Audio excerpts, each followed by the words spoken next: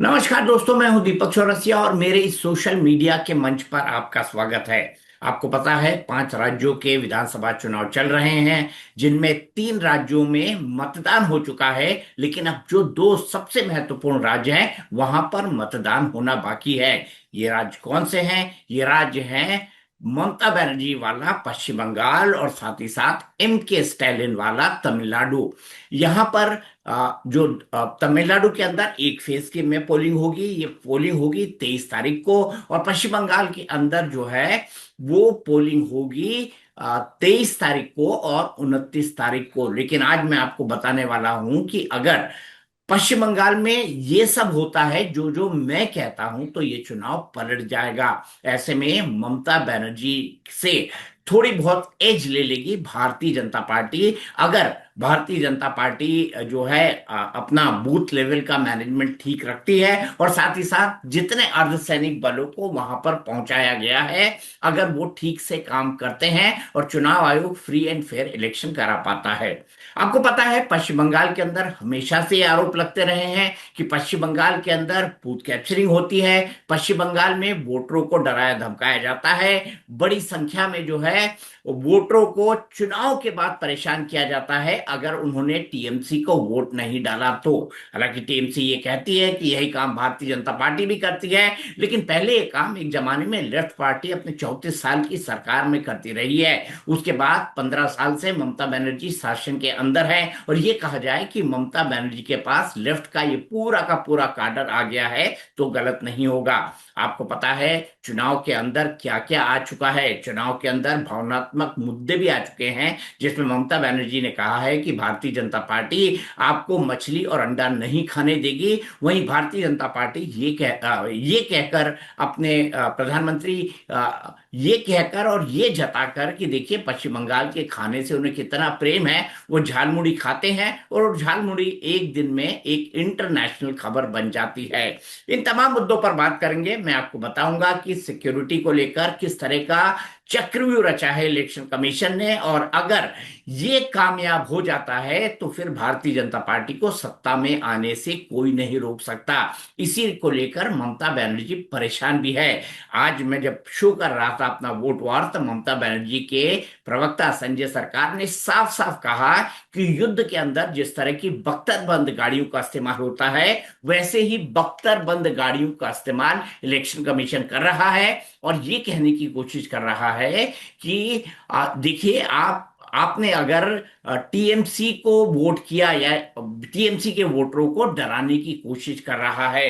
इस बीच एक तस्वीर भी वायरल हो रही है जिसमें पैरामिलिट्री फोर्सेस के जवान एक महिला से पूछते हैं कि क्या आप चुनाव में वोट डालेंगी, तो उनका कहना है कि मैं नहीं डालूंगी क्योंकि मुझे डर लगता है कि बाद में मेरे साथ हिंसा न की जाए। लेकिन सिक्योरिटी फोर्सेस का ये जवान साफ साफ ये बात कहता है कि आप वोट डालकर आइए, हम देखते हैं कि कौन आपको धमकाता है।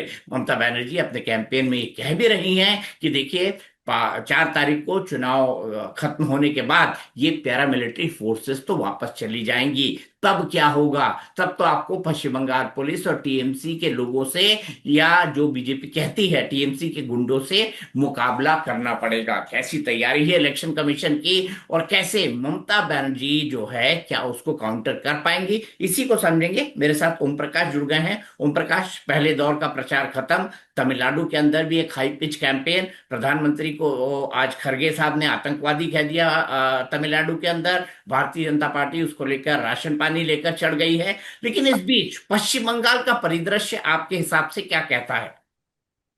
दो चीजें हैं दीपक जी। एक, इलेक्शन कमीशन के सामने सबसे बड़ी चुनौती, क्योंकि एसआईआर को मुद्दे को लेकर इलेक्शन कमीशन लगातार खबरों में थी, विपक्ष के निशाने पर रही है और सभी लोग जिसको कहते हैं दाना पानी लेकर इलेक्शन कमीशन के पीछे पड़ना पड़ी रही। तो इलेक्शन कमीशन के लिए सबसे बड़ी चुनौती कि फेयर एंड पीसफुल चुनाव हो जाए। उसके लिए उसने जितनी तैयारी करनी थी की, आज जो सबसे अहम तैयारी की कि साहब दोपहिया वाहन 6 बजे शाम से 6 बजे सुबह तक नहीं चलेंगे। हाँ, ये कहा अगर उन्होंने। इमरजेंसी और पीछे इमरजेंसी आप नहीं दूसरा हो, दूसरा आदमी नहीं बिठा सकते, नई रैली निकाल नहीं बिठा सकते हैं। सकते, नहीं वो तो दिन में भी नहीं बिठा सकते अनटिल अनलेस आपका वो फैमिली मेंबर ना हो, इमरजेंसी ना हो या स्कूल छोड़ने नहीं जा रहे हो, कुछ वजह ना हो।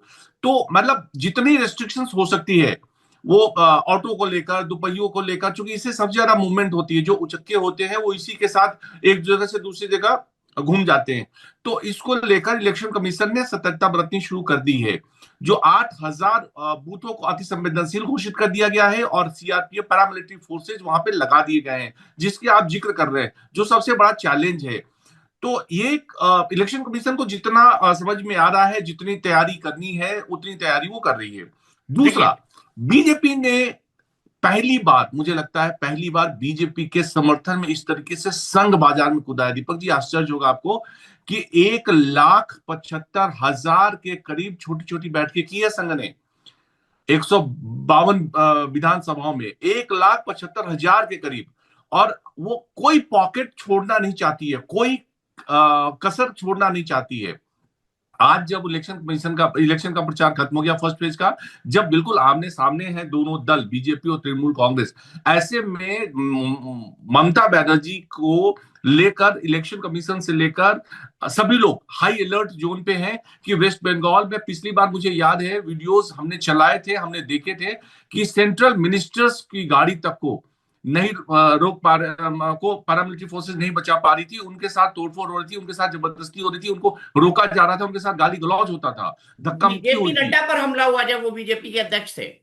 जी बिल्कुल। तो इसलिए दीपक जी ये बड़ा चैलेंज है। लेकिन मुझे आपसे ये समझना है दीपक जी की जो मल्लिकार्जुन खड़गे बीच बीच में कूद जा रहे हैं, और मतलब बिल्कुल जिसकी कहे कि लाइन से लिख से हटकर प्रधानमंत्री पे इस तरीके का आरोप लगाना, बोली लगाना, इसका असर आपको लगता है कहीं और हो रहा है? देखिए, भारतीय जनता पार्टी इसको मुद्दा तो बनाएगी। भारतीय जनता पार्टी ने लगातार अपने तमाम नेताओं को बोल दिया है कि खरगे माफी मांगे, इस तरह की बातें कहें। तो शिवराज सिंह चौहान भी ये कह चुके हैं, पीयूष गोयल भी ये बात कह चुके हैं, पुष्कर सिंह धामी भी ये बात कह चुके हैं, तो तमाम नेता अब ये बात कहेंगे। संबित पात्रा ने एक कर्रा सा स्टेटमेंट भी दिया है। लेकिन मुझे लगता है कि सबसे बड़ी चुनौती पश्चिम बंगाल में भारतीय जनता पार्टी की, ये बयान तो है ही, बयान के साथ साथ ये बड़ी चुनौती है कि election commission free and fair election करा ले। अब देखिए 2021 में क्या हुआ था। 2021 में जो पैरामिलिट्री फोर्सेस गई थी, उन्होंने भी चुनाव के पहले होने वाली हिंसा और चुनाव के बाद होने वाली हिंसा पर उनका किसी भी तरह का कोई कंट्रोल नहीं रहा था। चुनाव के बाद जो हिंसा हुई, वहां तो कई जिलों से जो है भारतीय जनता पार्टी के कार्यकर्ताओं को असम के अंदर, झारखंड के अंदर और ये जो पड़ोसी राज्य है वहां पर भेजा गया। और मेरे ख्याल से कई साल तक वो उन इलाकों में रहे, क्योंकि वो तृणमूल कांग्रेस के निशाने के ऊपर थे। इसीलिए भारतीय जनता पार्टी ने लो प्रोफाइल कैंपेन किया है और सीधा सीधा कोई बहुत एग्रेसिव पोस्टर नहीं लिया है ताकि टकराव की नौबत आए। हालांकि आज कोलकाता पोर्ट के इलाके से झूमा झटकी की खबर और तृणमूल कांग्रेस और बीजेपी के नेताओं के आपस में भिड़ जाने की खबर आई है। लेकिन सबसे अहम ये जानकारी है जो मैं आपको देने जा रहा हूं ओम प्रकाश। 2407 पैरामिलिट्री की कंपनी, 2407, यानी 2,40,000 पर्सनल। इसमें हर के अंदर जो है 20,000 महिलाएं और 2,000 क्विक रिएक्शन टीम, ये वहां पर डिप्लॉय किए गए हैं। बख्तरबंद वाहन किए गए हैं, वहां पर फ्लैग मार्च हो रहा है। और आपको याद होगा, सेंट्रल आर्म पैरामिलिट्री फोर्सेस के जितने भी लोग हैं, उन लोगों ने मिलकर एक बड़ी बैठक की है और बड़ी बैठक करके उन्होंने इंटीग्रेटेड सिक्योरिटी ग्रिड ये बनाया जाए ताकि पश्चिम बंगाल के लोगों के, पश्चिम बंगाल की पुलिस के साथ उनका कोऑर्डिनेशन हो सके। तो ये भी अपने आप में बेहद महत्वपूर्ण बात है। मैं चुनाव के आप अंदर, एक मिनट जाइए ओम प्रकाश, चुनाव के अंदर मैंने पहली बार ऐसे देखा है कि इस तरह से पैरामिलिट्री फोर्सेस ने जॉइंटली मिलकर उनके डीजीज ने बैठक की हो और पश्चिम बंगाल के अंदर ये बैठक हुई है। जो दूसरी महत्वपूर्ण बात मैं आपको बताना चाहता हूं वो ये है कि ये जो पैरामिलिट्री फोर्सेस का डिप्लॉयमेंट है, ये जो अर्ध सैनिक बलों का डिप्लॉयमेंट है, चाहे वो क्यूआरटी का मामला हो, चाहे वो बख्तरबंद गाड़ियों का मामला हो, चाहे वो फ्लैग मार्च का मामला हो, 2021 के अंदर जितनी पैरामिलिट्री फोर्सेस गई थी उससे दो गुनी पैरामिलिट्री फोर्सेस इस बार पश्चिम बंगाल के अंदर गई हुई हैं और 2 चरणों के अंदर ये चुनाव करा रही हैं। आप देखिए यहां पर इतना बड़ा अंतर होगा। इसीलिए जो है आज अमित शाह अपने प्रचार के अंदर थे और अमित शाह ने भी बढ़ के चेतावनी भरे लहजे में कहा कि तृणमूल कांग्रेस के गुंडों, अगर तुमने किसी भी तरह की हिमाकत की तो उल्टा टांग के हम सीधा कर देंगे। तो ये भी अपने आप में एक संदेश है कि गृह मंत्री अमित शाह क्या कम्युनिकेट करना चाहते हैं। मेरे ख्याल से पश्चिम बंगाल का चुनाव उनकी भी नाक का सवाल है, और उनको भी पता है कि पश्चिम बंगाल में चुनौतियां किस तरह की हैं। और मेरा ये मानना है कि अगर, और दूसरा एक एक और इलाका मैं बता दूं आपको, कोलकाता और ग्रेटर कोलकाता। कोलकाता और ग्रेटर कोलकाता ये वो इलाके हैं जहां सबसे ज्यादा सीटें हैं, और इन सीटों पर भारतीय जनता पार्टी कभी बेहतर प्रदर्शन नहीं कर पाती, क्योंकि टीएमसी का काडर अपना वोट तो डाल आता है, लेकिन जो टीएमसी के खिलाफ वोट करे ऐसे लोगों को बूथ पे जाने से रोकता है। अब भारतीय जनता पार्टी ऐसे कितने लोगों को बूथ पर ले जाती है, ये अपने आप में सबसे बड़ा सवाल होगा।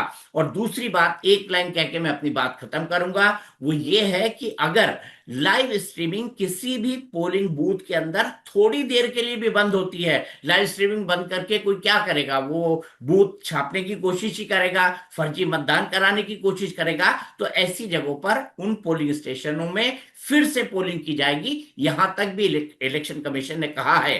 तो मैं कई सारे बंगाल के विशेषज्ञों को जानता हूं जिनका ये राय रहती है कि अगर बंगाल में फ्री एंड फेयर इलेक्शन हो जाए तो उसके बाद सत्ता परिवर्तन वहां पर संभव होगा, वरना रटी रटाई चीजों पर चीजें चलती रहेंगी, और उसी तरह से जो है चुनाव मैनेज होता रहेगा, जिस तरह से हाल ही के कई दशकों में होता हुआ आया है। तो मुझे लगता है कि अगर पैरामिलिट्री फोर्सेस ढंग से अपना काम कर गई तो फिर ऐसे में ममता दीदी की विदाई निश्चित है। आप ठीक कह रहे हैं। और इस पैरामिलिट्री फोर्सेस के ज्यादा होने का मुझे लगता है खौफ अब विपक्ष के नेताओं पे दिखने लगा है। आप सोचिए, उद्धव ठाकरे मुंबई में बैठकर क्या बयानबाजी कर रहे हैं कि साहब, वोटर से ज्यादा तो पैरामिलिट्री फोर्सेस तैनात कर दिए गए हैं बंगाल में। बाकायदा ऑन रिकॉर्ड उन्होंने कहा है। और उन्होंने साथ में मणिपुर का भी हिस्सा जोड़ दिया कि मणिपुर में सिर्फ 32,000 है और यहाँ 2 लाख से ज्यादा है, 3 लाख से ज्यादा है। तो विपक्ष के नेताओं को ये अभी से लगने लगा है कि अगर फ्री एंड फेयर इलेक्शन हुआ, अगर पैरामिलिट्री फोर्सेस ज्यादा हुए, अगर वोटर्स बूथ तक पहुंच गए, अगर लोगों को अपना मत देने का अधिकार मिल गया, लोगों ने दे दिया, तो शायद कहानी बदल जाएगी। शायद ममता बनर्जी जो चाहती हैं वो ना हो, शायद विपक्ष, शायद बीजेपी जो चाहते है वैसा हो जाए। तो मतलब चूंकि नहीं तो उद्धव ठाकरे को किस बात का डर है? साहब, अगर ज्यादा पैरामिलिट्री फोर्सेस हैं तो ये तो अच्छी बात है कि साहब आपके यहाँ फ्री एंड फेयर इलेक्शंस होंगे, आपको लोगों को निकल के आने की अनुमति रहेगी, कोई कहीं रोक टोक नहीं होगा, कोई कहीं छोटी सी बम फेंकने की जो बहुत कॉमन खबरें आने लगती है वो पोलिंग के दिन, जगह जगह से विजुअल्स आने लगते हैं, उससे अगर राहत मिल रही है लोगों को तो किसको प्रॉब्लम है? दीपक जी, बिल्कुल मतलब लगता है कि इस समय इस सीन में बीजेपी को दाबने के लिए, बीजेपी को डेमोलाइज करने के लिए विपक्ष के नेता को जो दिल में आ रहा है वो बयानबाजी कर रहे हैं। हालांकि अमित शाह ने बहुत सही मतलब कहते हैं कि चेतावनी दी है और कहा है कि साहब छोड़ेंगे नहीं, लेकिन इस समय बीजेपी के लिए बड़ी चुनौती है कि साहब वोटर्स निकले। पिछली बार के चुनाव के बाद जिस तरीके से उनके कार्यकर्ताओं पे हमला हुआ था, उस हमला से आप अपने कार्यकर्ताओं की रक्षा कर सके, ये सबसे बड़ी चुनौती है। दीपक जी, यही आपसे और समझना चाहूंगा कि कार्यकर्ता कितने उत्साहित होंगे, क्योंकि कार्यकर्ताओं का जो डर है वो अभी तक नहीं गया है कि अगर ममता बनर्जी वापस आई तो फिर क्या। ये डर तो बना रहेगा, इसीलिए इस डर को, इस भय को भारतीय जनता पार्टी के नेतृत्व को दूर करना है। इसीलिए आपने जैसे कहा कि आरएसएस के लोग भेजे गए, दूसरे राज्यों से लोग भेजे गए। अब दिक्कत यह है कि जैसे ही दूसरे राज्यों से लोग जाते हैं तो ममता बनर्जी कहना शुरू कर देती है कि देखिए भाई, गुजरात वाले पश्चिम बंगाल चलाना चाहते हैं, बाहर से लोग आ रहे हैं। हालांकि खुद ममता बनर्जी ने भी बाहरी लोगों को चुनाव में उतारा, जैसे कीर्ति आजाद, वो पश्चिम बंगाल के तो थे नहीं, यूसुफ पठान, वो पश्चिम बंगाल के तो थे नहीं। तो ममता बनर्जी ने भले से ये नैरेटिव ना लगा के रखा हो बाहरी वर्सेस बंगाली, लेकिन उनका जो अंडर करंट है वो बार बार ये कहता है कि बंगाल के लोगों को बंगाल से ही गवर्न करने दिया जाए, उसे दिल्ली या गुजरात से न गवर्न करने दिया जाए। ये उनका एक बहुत बड़ा ये उनका एक बहुत बड़ा पॉइंट है। और इस पॉइंट पे वो बंगाली अस्मिता को, और वो वोट जो जो शायद ममता बनर्जी को ना मिले, बीजेपी को चला जाए, ऐसे जो फ्लोटिंग वोटर्स हैं उनको वो आकर्षित करते हैं। भाइयों बहनों, ये पहले चरण की आखिरी सभा है और इस सभा से, चंडीपुर से मैं दीदी को कहने आया हूं, दीदी टाटा बाय बाय। आपका समय समाप्त हुआ है। बहुत परेशान कर लिए बंगाल की जनता को। अब आपकी जाने की बारी है और कमल फूल के आने की बारी है। भाइयों बहनों, मुझे बताओ, हमारे बंगाल को घुसपैठियों से मुक्त करना है या नहीं करना है? क्या भाईपो कर सकता है? जोर से बोलो, भाईपो कर सकता है? दीदी कर सकती है? अरे घुसपैठिए को घुसाने वाले यही लोग हैं। बंगाल की सीमा को इन्होंने खुला छोड़ा है। आप यहां से शुभेंदु और हमारे साथियों को जिता दो। लेकिन मैं ये कहना चाहूंगा, लेकिन दीपक जी इसमें किसको टारगेट करते हैं? क्या मोहन यादव मध्य प्रदेश के नहीं है? विष्णुदेव साय छत्तीसगढ़ के नहीं है? देवेंद्र फडणवीस महाराष्ट्र के नहीं है? सम्राट चौधरी बिहार के नहीं है? योगी आदित्यनाथ यूपी की पॉलिटिक्स नहीं करते? इसमें पता नहीं ममता बनर्जी किसको टारगेट कर रही है? आपको क्या लगता है कौन से स्टेट का उदाहरण देके टारगेट कर रही है कि बीजेपी बाहरी उम्मीदवारों को लाके बिठा देती है? देखिए, ममता बनर्जी का नैरेटिव है ताकि जो भद्र लोग है उसको वो ये कम्युनिकेट कर सकें, भद्र लोग को वो ये बता सकें कि देखिए मैं आपके लिए खड़ी हूं और ये सब बाहरी लोग हैं जो अलग अलग राज्यों से आते हैं, ये आके चले जाएंगे लेकिन मैं पश्चिम बंगाल के अंदर ही रहूंगी। ऐसा ही ममता बनर्जी भी कई बार वोटरों को भी कहती है, काडर को भी कहती है, बीजेपी वालों को भी डराती है। और आपने देखा होगा कि बीजेपी और तृणमूल का जहां आमना सामना होता है वहां डंडे जरूर चलते हैं। तो कितना एग्रेसिव पॉलिटिक्स है वहां का, इसको भी हमको समझना होगा। तो प्रकाश जी, आज हम इतनी ही बात करते हैं क्योंकि मैंने आपको बता दिया कि अगर फ्री एंड फेयर इलेक्शन हो गए, और चुनाव आयोग ने इसको लेकर एक पोस्ट भी लिखा था जिसको लेकर चुनाव आयोग की बड़ी आलोचना हुई थी। उन्होंने टीएमसी को कहा था देखिए इस बार फ्री इलेक्शन होगा, फेयर इलेक्शन होगा, डर से दूर होगा, साथ ही साथ वोट को छापने नहीं दिया जाएगा, बूथ को लूटने नहीं दिया जाएगा, पोलिंग प्रक्रिया को प्रभावित नहीं करने दिया जाएगा। और ये चुनौती उन्होंने सीधे सीधे टीएमसी को दी है। तो मेरे ख्याल से टीएमसी जो है अगर कह रही है कि हम बीजेपी के साथ साथ चुनाव आयोग से भी चुनाव लड़ रहे हैं तो इसमें कुछ गलत नहीं है, मुझे ऐसा लगता है। लेकिन ठीक है, देखते हैं क्या होता है। और जितने भी पॉलिटिकल पंडित मैं पश्चिम बंगाल से जुड़े हुए जानता हूं, चाहे वो सेफोलॉजिस्ट हों, चाहे वो पत्रकार हों, या ऐसे लोग हों जो पश्चिम बंगाल की राजनीति को बहुत बेहतर ढंग से समझते हैं, सभी का यही कहना है कि अगर फ्री एंड फेयर इलेक्शन होता है, अगर बूथ कैप्चरिंग, चुनाव को प्रभावित करना, गुंडागर्दी, इस तरह की बातें नहीं होती हैं, तो सबसे ज्यादा फायदा इसको भारतीय जनता पार्टी को होगा और इससे वहां पर सरकार पलट भी सकती है। आपको हमारा वीडियो कैसे लगा इसके बारे में हमको कमेंट बॉक्स में लिखकर जरूर बताइएगा। कल भी हम आएंगे, कल हम आएंगे तो हम आपको चुनाव के बारे में बात करेंगे, कोशिश करेंगे अगर सट्टा बाजार ने रेट खोल दिए हैं क्योंकि आपको बड़ी पसंद आती है वो, तो उसके बारे में भी बात करेंगे। लेकिन आज के लिए हमारी इस खास पेशकश में इतना ही। आप हमें अधिक से अधिक लाइक करें, शेयर करें, सब्सक्राइब करें, यही आपसे विनती है। आज के लिए नमस्कार।